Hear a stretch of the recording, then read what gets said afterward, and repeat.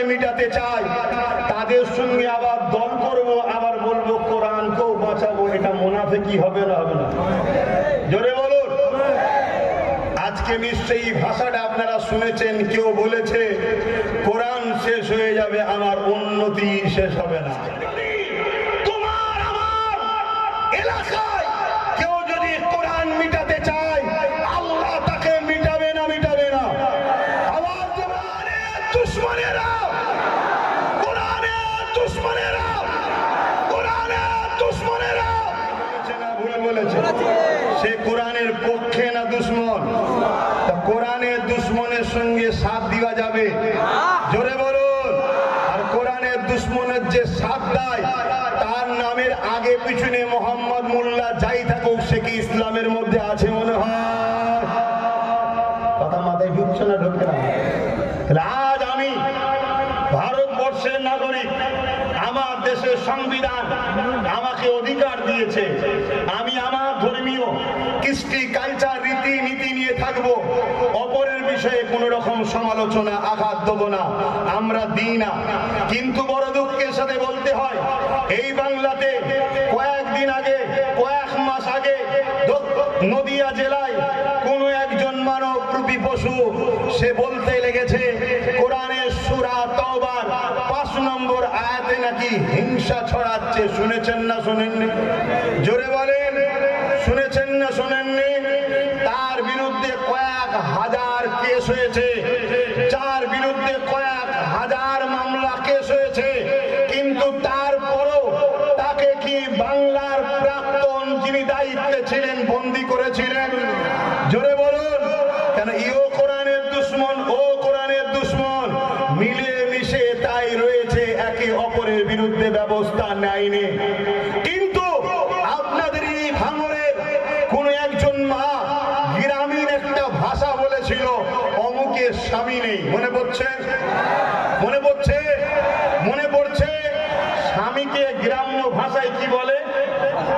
ওটা আমি আর ব্যবহার করছি না, কেন শুনতে খারাপ লাগে, কিন্তু কথাটার মানে খারাপ নয়।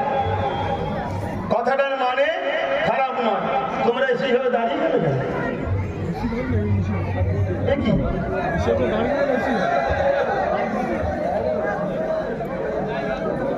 আমি এমনি ভাঙর আসতে যাই না, কেন আমি খুব রাজি মানুষ ভাই।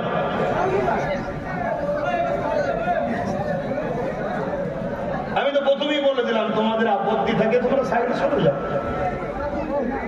আর না হয় এসে বসো। বসার জায়গা না থাকে চেপে ওই দুই দিকে কিছু কিছু ফাঁকা আছে, চেপে চেপে বসো। বসো। আমি জানি তোমাদেরকে আমি ভাড়া করে নিয়ে আসিনি, তোমাদেরকে পয়সা দিয়ে বিরিয়ানি দিয়ে চমকে ঠমকে আনা হয়নি। উপরন্ত তোমরা যারা এসেছো, এই আশাটাও বিপদের কারণ আছে, ঠিক তো নাকি? জোরে বলো। তাহলে তোমরা স্বাধীন না পরাধীন? জোরে বলো। পরাধীন। দেশ স্বাধীন হয়েছে, তোমরা পরাধীন। তোমার ধর্ম নিয়ে, তোমার কর্ম নিয়ে তুমি তোমার ইচ্ছা মতো জায়গায় যেতে পারো না, তুমি তোমার ধর্মীয় মাহফিলে বসতে পারো না। এখানে এতক্ষণ পর্যন্ত যতটুকু কথা বললাম, ইসলামের পক্ষে বলেছি না বিরুদ্ধে? ইসলামের দুশ্মনের বিরুদ্ধে বলার অধিকার আছে না? না। ফেরাউনের বিরুদ্ধে কথা হবে, নমরুদের বিরুদ্ধে কথা হবে, এজিদের বিরুদ্ধে কথা হবে, কোরআনের দুশ্মনের বিরুদ্ধে কথা হবে। আর কোন মুসলমান যদি বলে এ কথা বলা কি দরকার, তাহলে সন্দেহ হচ্ছে হয় ওই মুসলমানের গোড়াই গন্ডগোল, আর না হয় হারাম খেয়ে খেয়ে রক্তটা গন্ডগোল। গোড়া বোঝেন তো নাকি? কথা কি গায়ে লাগলো? আমার সাথে একমত হতে পারছেন না? আরে কোরআনের পক্ষে কথা বলছি, ফেরাউনের বিরুদ্ধে বলছি, নমরুদের বিরুদ্ধে বলছি, এজিদের বিরুদ্ধে বলছি। আজকের সন্ত্রাস, আজকের এজিদ, আজকের ফেরাউনের উত্তরসূরি যারা কোরআনের দুশ্মন, তাদের বিরুদ্ধে কথা বলছি। এ জায়গায় কোন মুসলমানের আমার বিরুদ্ধে আপত্তি হওয়ার কথা কি থাকতে পারে? জোরে বলুন। তাই আজ আমি জানতে চাইছি আপনাদের কাছে, জবান খুলে আওয়াজ দেব,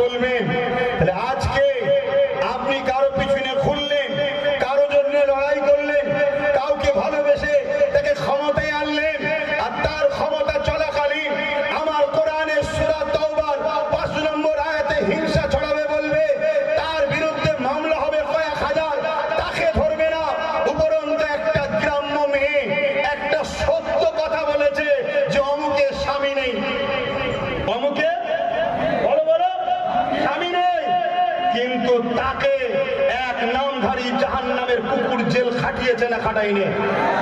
ওই জাহান্নামের কুকুরটা তখন কোথায় ছিল যখন বলেছিল সূরা তাওবার ৫ নম্বর আয়াতে ভুলেছে? ওই জাহান্নামের কুকুর কি তখন কেস করেছিল? জোরে বলেন। এরকম জাহান্নামের কুকুরের সাপ দিয়ে আগামী দিন আপনাদের কোনো লাভ হবে? ঝাঁটাই ঘুমে কি যদি সুযোগ হয় কুকুরের মুখে মারো। ঝাঁটাই ঘুমাকাও যদি সুযোগ হয় কুকুরের মুখে মারো, যাতে যে রাখা দিয়ে যাবে যেন গুয়ের গন্ধ বেরোয়, বুঝতে পারবি গু খেয়েছে। কথা কি খারাপ লাগছে নাকি? খারাপ লাগলে অসুবিধা নেই। আমি সেই বাচ্চা সেই বেটা আল্লাহর কোরআনের জন্য বাপকে শহীদ করতে পারি, মাকেও শহীদ করে দিতে পারি। আমি সেই বাচ্চা আল্লাহর কোরআনের জন্য নিজের ভাইকে যদি নিজে হাতে কুরবানি করতে হয় তাও করে দিতে পারবো। আমি বলে দিয়ে গেলাম।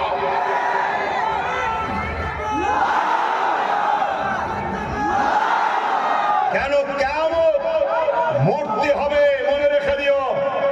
এই কোরআন তোমার এই ভাঙরে আসতে গিয়ে কত তুফান, কত ঝড়, কত বাধা, কত বিঘ্ন, কত মায়ের কোল খালি হয়েছে এই কোরআনের পক্ষে থাকার জন্য, কত বাপ সন্তান হারা হয়েছে এই কোরআনের পক্ষে থাকার জন্য। আজকে সেই কোরআনের বিরুদ্ধে যখন কথা বলল তখন তুমি মোল্লা সাহেব তুমি একটা কেস করতে পারলে না। শুনছেন তো নাকি? তুমি মুসলমান দাবি করছো, হ্যাঁ, একটা কেস করতে পারলে না। আর একটা গ্রাম্য মেয়ে বলে ফেলেছে, রাগের মাথায় হোক বা চলতি ভাষা একটা কথা বলে ফেলেছে, তুমি তাকে কেস করিয়ে একটা মুসলিম ঘরের মেয়ে পর্দা নিশিনা নারীকে তুমি জেল খাটিয়ে দিলে। এই কথা বুঝছেন না? বোঝেন না? খুব সাবধান হন, বোঝার চেষ্টা করেন। কিয়ামতের দিনে কোরআনকে যারা ভালোবাসে তাদের কি লাভ হবে একটু মন দিয়ে শোনেন।